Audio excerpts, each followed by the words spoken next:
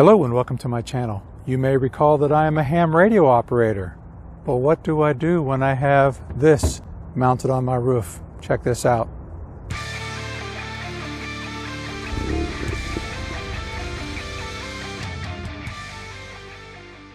I've had my ham radio mounted in my car for about 3 years, and I have a variety of antennas that I put on the roof depending on what kind of performance I want out of it. Usually I just have a small UHF VHF antenna mounted and it does adequately. But if I have my rooftop cargo box on board, then it pretty much blocks the entire port, and all I could get back there is a little tiny UHF only antenna. And that works if I want to use D-Star or maybe a local repeater or something, but sometimes I want a larger antenna mounted, especially if I decide I want to try some HF or something. So my solution, let me show it to you real quick. Here I have mounted my rooftop cargo box, and lo and behold, there is my antenna solution. This is a half-wave dual band antenna. It operates on VHF and UHF, and I have found a way to mount it to my Rhino rack crossbars.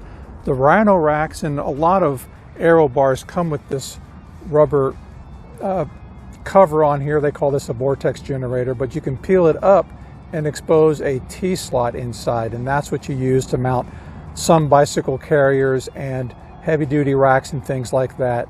And so all I did is I adapted a T-slot to work with my antenna mount.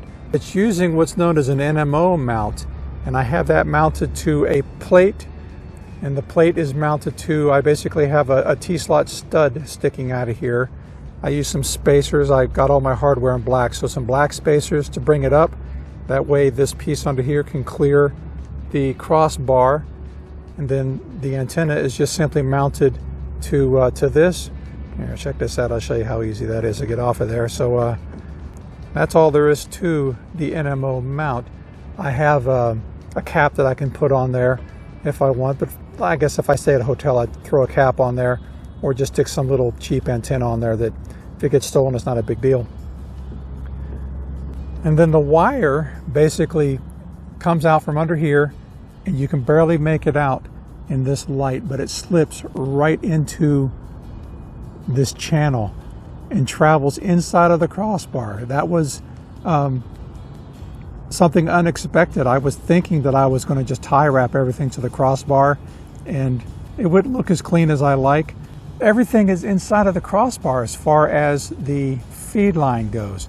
Now, the very unorthodox thing that I did to get it out of the crossbar is there is another hole poked up underneath, and then from there it travels a short distance underneath the cargo box and then goes to this gasp adapter that then goes inside the car here.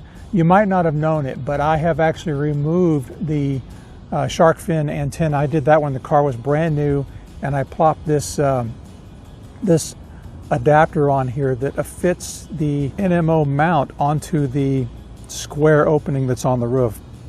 And so that's why this thing is so big, but it also provides a lot of stability for when I decide I want to mount a larger antenna on here, and it's coming.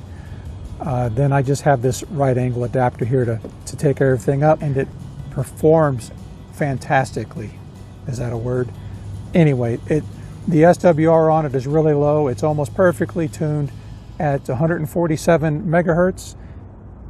The meter shows a 1-to-1 ratio, which is impossible. So at the very worst, it is 1.1 to 1.